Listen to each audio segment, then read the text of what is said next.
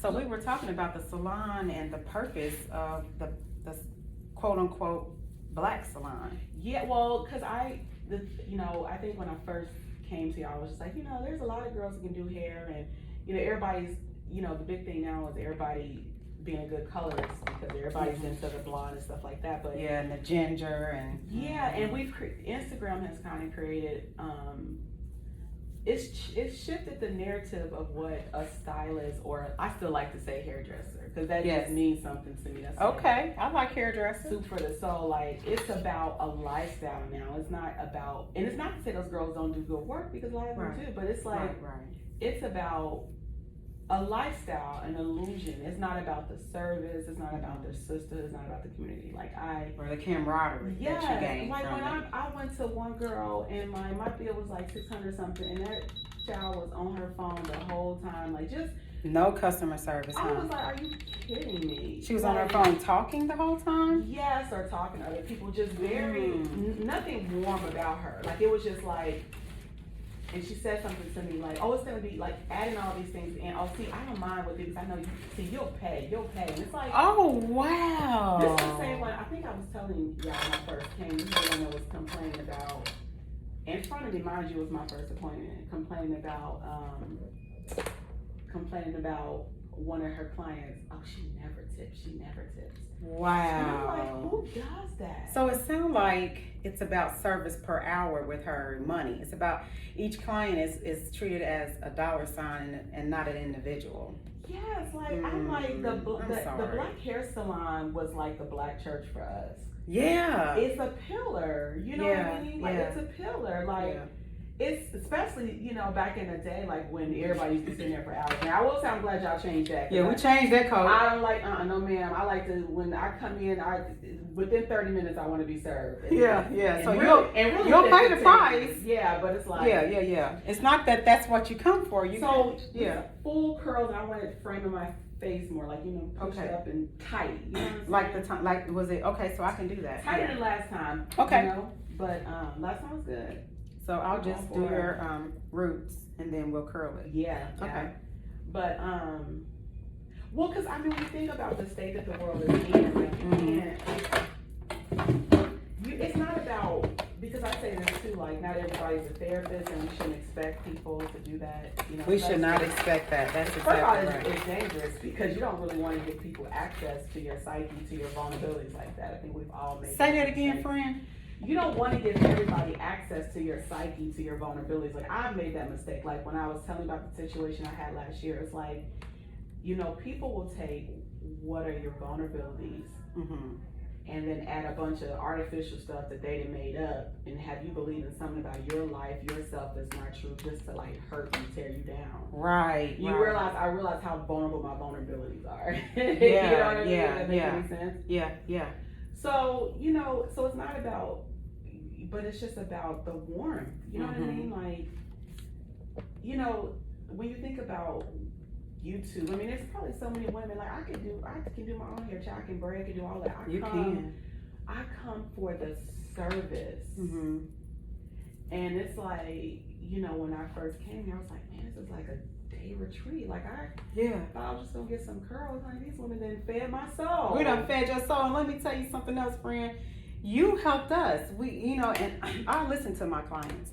And why? Because I am the hairstylist I am today. And I've been successful. I've made the 6 figures and all that stuff. And that was one of my goals, because it wasn't about the money. It's just see if I can actually do it. So making the money was easy. The hardest part was believing that I could be that. You know what I'm saying? But so money comes with what we do.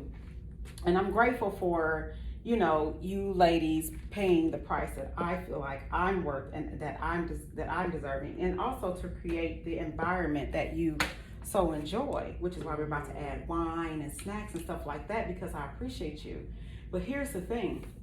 I listen to my clients because I can't do this without you. I can't provide the level of service that I provide without listening to you. Right. So that's why when you said you felt like you came to a spa, you had a spa day, you're the reason why it's called, we're doing business as Do You Hair Salon. Yeah. It's because of you. And I appreciate that, So I do. And I think I do. I used to be so like ducked off, like you said. I had one of my clients who's turned to a friend. She says, "You're a hard person to get to know." I said, "It's not that I'm hard to get to know. It's what you just said. And that's why I had you to repeat it. Everybody doesn't have to have access to your psyche. Yeah. So you have to get to know people first. Yeah. And it's not, and we talked about a lot while I was blow drying and shampooing and blow drying you, you know, and so we have a lot of nuggets, you know, but y'all have to stay tuned because we're creating a YouTube talking about the quote unquote underdog. But the reason why we are doing this video is because we just believe in bringing back the salon, the traditional salon with a modern touch. Yeah. Because I do believe if you don't evolve, you will evaporate. Yeah. You know, but I appreciate the camaraderie that I get. And like I was saying, I had a client back at home when I started to move. When I started to tell them that I was moving, she said, "Tawana, it's not about just the hair service." She said, "It's about the friendship. Yeah. It's the connection that we need to have because we have become such a capitalistic society. And money is not the goal. Money is a means to an end. It's a vehicle to an intended purpose. Right. So if you do it for the money, what happens when you don't have? What happens when you're not making it? Right. Where's the substance? And Right. so something I always said as a life coach, and I start sharing with my clients who become some of my hair clients, some have become my life coaching clients, is you are valuable. You're already valuable enough. When you make money, that doesn't determine your value or your worth. Let me ask you something. Why do you, and I had a conversation with my therapist and she was saying that like, there's so many of us that don't feel like who we show up as is enough. Yeah. So we have to attach titles. Like there's this one colleague that I was talking to somebody about, like he has to let you know all the celebrities he knows. Yeah, he name like, drops. But he doesn't realize that his work in and of itself is dope, and they are actually lucky to be connected. There to you him. go. Because he's able. This is like what we kind of do with our work with like hip hop and politics. Like we're able to take your art form and bring it to the masses. In like an intellectual, social justice capacity, and so it becomes more than music. It's a movement. Yeah, it is. It truly is. You know what I mean? And so I thought about that too because I was my therapist Bonette said to me. She said, you know, when you are deeply connected to your spirituality, you realize that you truly are invulnerable. But she said your problem is that you think you're only invulnerable if you're liked. That if people, if people don't like you, you're now vulnerable. But why? I feel like. Why does it matter? I feel like this because we have been told that if everybody else ascribes value to, we're not valuable until everybody else ascribes or externally ascribes value to us. So I was, and you just added to what I was about to say. So. Money really doesn't have a value, you know, I'm in finance, you know, money is a debtor's note, it's a promissory note.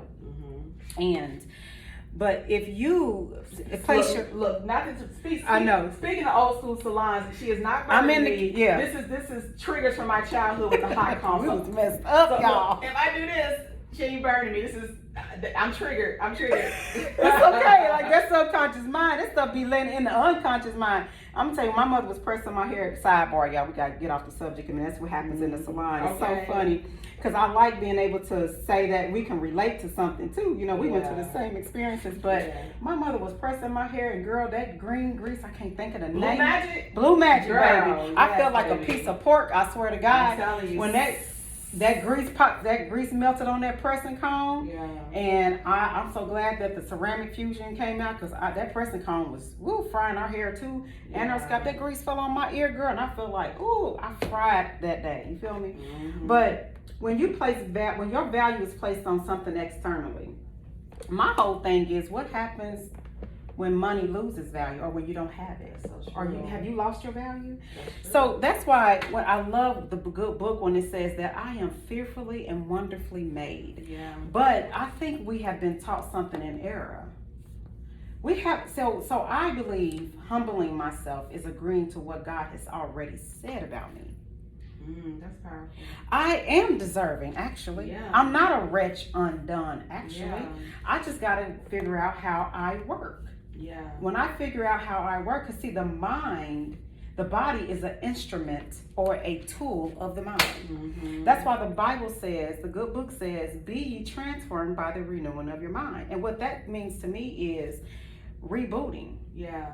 And the thing is, religion had its place in the world, but I just believe that it's no longer, because science and spirituality will argue religion down and dismantle it, but religion was a watered down version of who we really are. We needed that, so as we ascend, as we become who we really are, like Mufasa said, remember who you are. Yeah. You are a temple of the Holy Ghost, so you're already valuable. Remember I was telling you that one of the exercises I do when I get together, whether it's like a work event or I get together with like friends, I have these cards.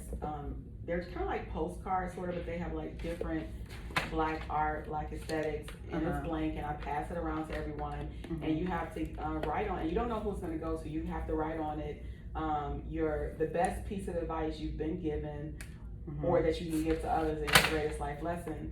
And then my executive director, her name is Evij, I got her card, and her card simply said, and it was advice her dad gave her, and it said, know who you are. And I was just like, oh my God. Interesting. It was funny because that was at the end of last year, and I told you last year was the worst year in my adulthood. Yeah. In the sense that I've lived a perfectly curated life where I've been able to really curate my interactions with other people, in the sense that like I have so much autonomy, like in work. Yes.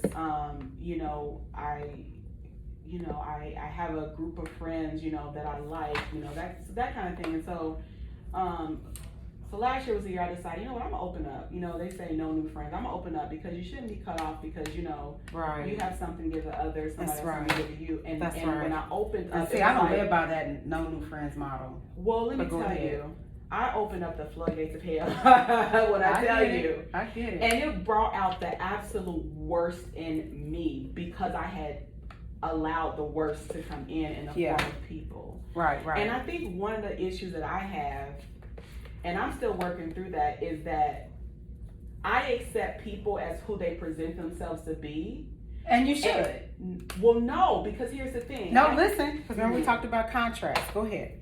But like, I accept people as who they say they are, who they present themselves to be, without me having a chance to really get to know them and their character. Because when you think about yourself and how you show up in different spaces, you don't give people all of you. When I go to the bank, I'm not talking to my banker like this. No. It's like there's different levels. There's levels to it, and Charlotte and I are going to be talking about that's called catalogs. That's dangerous, and I it can be when dangerous. People say, okay, this is who I am and this is who I purport to be, I listen to that. It can be dangerous if you don't have boundaries. Go ahead. Well, that's very true. It is, because it's like I take people at who they say they are, who they present themselves to be, which may be in direct conflict with what I've seen them to be and what I've seen, like, oh, well, they may just be like this with that person. They're not going to be like this with me, that kind of thing. And me not having those boundaries, or me just kind of letting it be open season in my life and not. Yeah, I like that open season. Yeah, because how you were saying earlier, like, when they say you teach people how to treat you or whatever. My husband has a saying. He says people buy you at the price you sell yourself for. Woo! Oh, he a Capricorn. He be right. I hate it. My sister's a Capricorn too, but you got Capricorn. We so loud. I'm sorry. Simply beautiful. You have to know your worth, because somebody else, if you don't, they'll describe it for you. Well, because he said, like, what I take from that is, like, when you don't honor and cherish the sacred spaces in your life, whether that's your husband, your children, your job, whatever, other people don't respect it. Like, there you go. You let people know, oh, this is what I do, this is where I work, and you can pick my child up, or sure, my husband can go fix this, or whatever situation may be. Like, you don't realize how sacred these things in your life, and you have to, and it's a blessing. You have to hold it near and dear, and not everybody should have access to that. And those are your most sacred places, are also your most vulnerable places. If I may interject. So basically, that's what they call the outer courts, the inner courts, and the holiest holies. Charlotte and I have a workshop coming about that. It's called Catterals. And we're gonna, I mean, it's gonna be a great workshop, and it's a workshop and a life coaching session. It's a group coaching session all in one. And you're so right about it. Everybody don't get to because everybody can't handle you at full proof. That's true. And everybody can't be considered a friend. We use but you can love everybody. That's that filial love. But everybody doesn't get to have that endearing part of you because some people ain't on the milk. Some people ain't on the meat. You feel where I'm coming from? So you're talking about the intimate, most inner parts of you, which is you, your family. You feel me? And and that's how, and so many people want that because they lack it, but you never know who you see. Light attracts moths too. Yeah, that's so true. And so when I meet people, I love everybody because I love me, but that doesn't mean we're gonna kick it. Because I don't have a fear of missing out like everybody else. So I need time to myself to regroup, recharge, all of that stuff so I can be full. Because you can't get me if my cup is empty. At all. You don't get what's even in my cup. You benefit from the overflow. You understand where I'm coming from with that?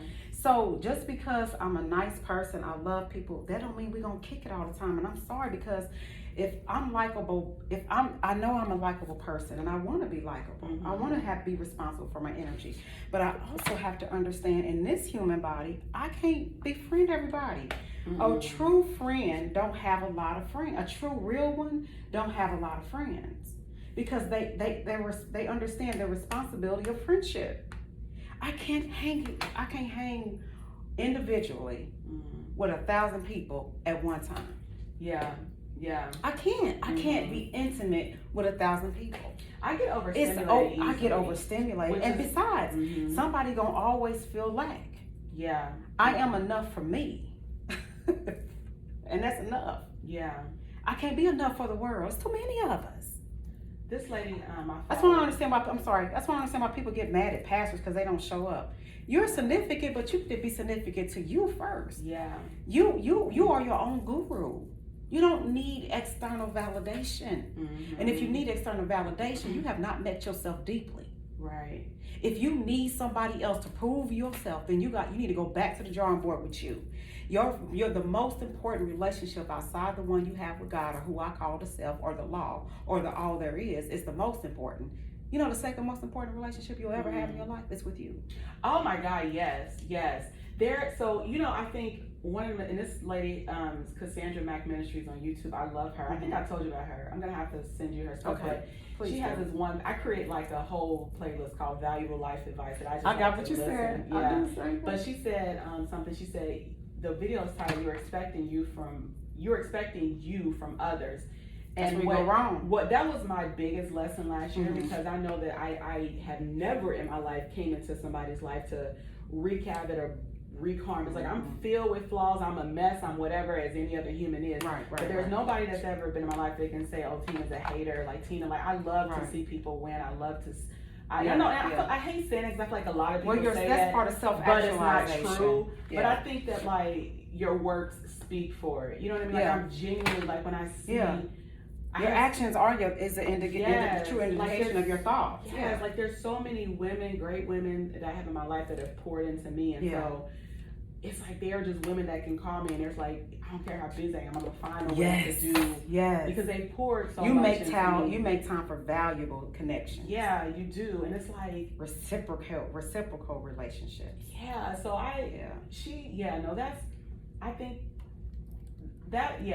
it was. And I think somebody, I don't know who said it, but somebody said some years are years of questions, some years are years of answers. Ooh. I don't know what last year was, but it was a mix of both, which is, you can imagine that's turbulence. That's kind of like building a plane while it's flying type of thing. Like I'm getting like remade in the process of still trying to fly. And it was like, it broke me down really last year. Like, it made me say, you know what, I can't. So you're unlearning I can't to deal with humans. relearn. Yeah, Well, I was the same way. A lot of us were there. Well, what I realized is a lot of us were there. And I said to my friend, I said, you know, the sexiest human quality to me is self-awareness. I said, I might be. You know, I quoted that, right? Okay, I might be a mess. I might be whatever it is. Yeah. You can't tell me my mess more than I can. I know exact slick at the mouth. If you push me there, whatever. Yeah. But I own it, and I have and there's so many people that don't have self-awareness. And so many. But we weren't taught that. Well, when I looked at last year, and I'm like, okay, I've had these 2 instances, and it's like, and if I combine it with the situation I told you about in 2020, if I look at that, it's like, okay, I need to look at how I'm showing up in the world, because why am I attracting, for all the goodness I'm attracting in my life, why am I attracting these kind of, what energy are you, what frequencies are you emitting? Well, it is because I don't like people to say, oh, it's you, and you know how we always say, if it's everybody else, it's got to be you. And I'm a denominator. It doesn't mean that it's you because you're a bad person or you've done anything to deserve it. Right. But at the very least, it could be you because you accept it, you allow it, you attract it. You know what I mean? And you know what I love, the beautiful part about you? Yeah. Is you take ownership of that. It's not a put down. You're looking at it, I don't like to use the word criticism, but you're looking at it as a good audit. Yeah. Because somebody, I like that word. When somebody tells you this is how you make me feel, you validate their feelings. Yeah. I think it's so much indifference when somebody comes to you and say, hey, they're not, it's not an attack, it's just an audit. Yeah. How can we relate to each other effectively? How can there be flow? Yeah. That's what we want. We want flow with others. Right. How can we make this relationship flow better? Right. Because as a hairstylist, you know, we're sensitive about our art. Yeah. But if you don't like beauty, like I said, everybody's creative in their own right, and it's good. Right. And there's just people that's for me. I'm not for every client, but I know who I'm for, and that I attract those people. Yeah. So, but if there's one person that's trying to make me do something that I don't necessarily have the creative ability, because I haven't harnessed that, because you can learn and do anything. Yeah. If you're cognitively and you have the activity, your ADLs, you can do it. Yeah. But if that's not because what you will focus on the most expands, so I can do what I do best. Right. Because that's the lane I want to stay in. Yeah. But if I have a client, that's why consultations are very important, because you can look at me and be like, oh, I want to go to her because she does this and she's great and she did this one style well, but maybe she can do this. Don't force your hairstylist to do what's not in their lane, because you're gonna be unhappy. Yeah. But at the same time, but what if I do or Tawana, the last time you talked too much. And sometimes I will, especially if I'm feeling like, because I'm an empath and I'm a help person. Like, I'm pausing right now. And I'm pausing right now because I know we have the time, we discuss it, and we discuss this video. But I had to listen to you, Tawana, this is what time I gotta do this, but this say I don't do it. Yeah. And I had 3 people come in at one time. Hey, Tawana, it's not an attack on me to say, hey, maybe it's a little bit too accommodating. Because I have a friend, I thank God for her. She's my client, her name is Andrea. She said, Tawana, you're too accommodating. That wasn't an attack on me. Because that was iron sharpens iron. And like you said, without the storm in life, and I went on a tangent with that, without the storms in life, a sharp knife can't cut it. I needed that. I needed that audit. When you were as saying, a hairstylist. Yeah, when you were, and I have to listen. Go ahead. When you were saying that, like, because I was telling you about it, I was like, okay, you know, there's some situations where you find yourself in, and you can literally just a matter of blocking a person or not answering the phone or not responding to a text is enough. They're not in your vicinity. Right. You're not in the same circle. Your worlds are literally worlds apart. But then what happens when it shows up in your world unexpectedly? And I was telling you, someone that you didn't, and I said, I was like, God, and I thought, you know, how my therapist said to me, she was like, we constantly have these swords or these weapons when we create enemies. And I was like, you know, enemies in our mind. Enemies in our mind. Yeah. There's a quote that goes around that says the universe will continue to give you the same lesson over and over until you get it. Right. That is so me when I tell you, like, I am a hard-headed human. You know what I mean? Yeah. Like, somebody can wrong me, and then they'll come back like, oh, Tina, I'm sorry, I was wrong, whatever. I'm like, okay, sure, let's go get coffee, let's go to Starbucks. And it's like, we're gonna be friends again. No, why? One of my mentors said, why? That's not a mistake that person made. That's their character. Like, why would you allow that back into your life? And then you have to understand that when you are, and I hate, this is one thing I hate about social media, because it's like over popularized and just overuse and abuse certain words like empath. I just, whatever. It's like everybody don't like it. Look, narcissist. I was ready to say everybody don't like, oh, he's a narcissist. No, he's just an asshole. Like, at the end of the day, that's just his character. That's what he chooses to whatever.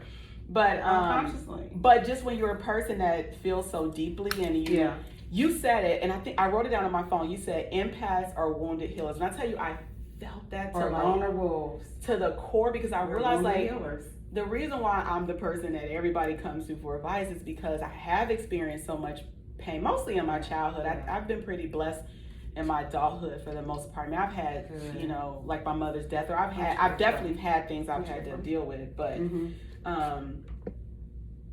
thank God, adulthood, because I've had more, autonomy, more sovereignty over my life, it's been better. But sovereignty. Yeah, but when you're like, when you are to think and be. Yes, when you're a person that's been deeply wounded, and you've managed to get to the other side of that, it really attracts people.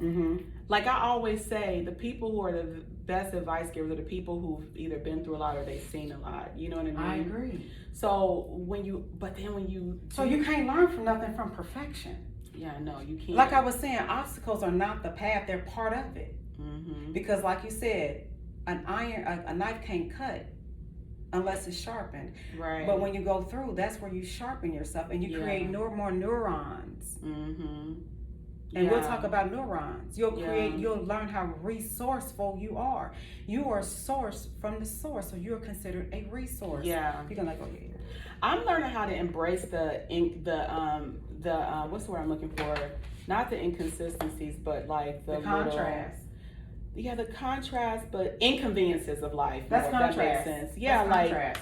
My anxiety is to the point like I'll curate my day, and if anything veers left, that's like, oh my God, I feel all this so stressed. Like this is not what was supposed to happen. And it's funny because I see my daughter, and it's interesting because my daughter has so much of me like in her, and I'll see it in her like. She loves to like make things like dresses. Like I buy a lot of fabric. At her young age, she couldn't find her little baby scissors, and I knew she had just taken them downstairs. She came upstairs freaking out. Mommy, I'm like, I can't. And I was like, Nora, I said, sweetheart, calm down. And the Bible speaks against anxiety. Yes, I told her. I said, Nora, I said, calm down. I said, what usually happens when you lose something? You will eventually end up finding it. I said, you took it downstairs. You've only been in that room. You just brought something up to me, so I know you have them. Right. And she was like, Mommy, you have to help me. I said, no, I want you to be independent. I want you to learn that. That's right. Retrace your steps. These are things, because what if Mommy was at work or at school? What if Mommy, Dad? What if Daddy can't find shit either. I was like, little girl, you up there, what you gonna do? Real talk, because that's what my sister was talking about yesterday. You have to learn to accept Mommy's not gonna always be there. Do you? I said the other day, I said being that's called interdependence, and it's selfish when a parent is so codependent, where they feel like their child needs them all the time. And that's something that I wanted to create as my mother's child, because she was so needy. My mother said, "You're my strength, you're my strength." I said, "But Mommy, you're strong. What are you talking about?" Yeah. That was too much pressure to me to be her strength. No, you don't want that. That's not fair. My daughter, I would say, we tried. She didn't know no better. She's a smart, clever kid. So and then being the only child, she picks up on certain things. But in general, she is enjoying the full extent of her childhood. Like we don't put adult problems. Because you don't get a childhood. You don't, and I didn't have a childhood. I definitely felt like that with I was like, oh my God, and I definitely felt like that for little black girls. Like I was just like, people were saying like, oh, girls are just more responsible. Like that's only because y'all make them. That's because y'all make us responsible. Like no, like you are. It's expected but the boys can go outside and play, and girls. That's what my uncle was saying. He said girls, we get baby dolls and we learn how to already change diapers, feed them, and the boys play with games. That's why they play games so much. That's what my uncle said. Yeah. But the ones who were taught to care, caretakers like my sons, My sons, we had a whole system. My kids know everything their sister knows. Yeah. My daughter knows because I'm not guaranteed to be with them. And I don't want my kids to be so dependent upon me they can't breathe. Yeah. Because I'm not guaranteed. It's appointed to once a man to die and to live. The only thing is factual and permanent is besides change is death and taxes. And the thing is that you want them to develop the skill set, because that's just like how my therapist tells me, and I think every therapist says is like, I used to tell people all the time, like, you got to learn the skill set to deal with certain things, because Coping, yeah. Yeah, because just like if you had a therapist, every single time you have a problem, it's like your therapist just on speed dial. You just call them. That's not how it works. Yeah, and they put it back on you. How do you feel about that? Right. They don't take ownership of it. Right. No, exactly. Because they can't be there for everybody. Right. Somebody's gonna lack. Right. You gotta it's like you gotta learn the skill set, and that's so true. Yeah. That you gotta learn the skill set, you know. And I don't have the mentality to be like, people's supposed to make my life comfortable. Nobody. I'm not responsible for your life. That's you are 100% responsible for yourself. Yeah. Anything everybody else do for you is a bonus because they're not required. They don't. I don't obligate. Nobody's obligated to us. Right. I'm obligated to me. Mm-hmm. I don't have to take care of myself. Yeah. But the thing about it is, this life is mine to live. Right. I don't live. I'm not living my life for nobody else. It's me. Yeah. And I made a vow to myself. I said my mother did this towards the end of her life because she realized that she had given so much of her life away to others that she didn't have nothing for herself. So she chose herself at the end. Yeah. She said, "I'm tired. I'm ready to go. Y'all be all right." Yep. I love that. Yep. I love that. Mm-hmm. And so somebody told me you need people. I said, let me tell you something. I need God and I need me. Yeah. And the thing is, God will create people, situations, and align people because we're all connected subconsciously. Mm-hmm. I don't need anybody because everything already is. Yeah. I'm not in need or lack. Yeah. The right people show up at the right time and it's the flow. Just like you called me. I got the shower, thought I was like, oh, it's 8:30. I'm about to slip my clothes on real fast. I'm going to get there at 8:45 because I like to be here before y'all at least 15 minutes. Yeah. But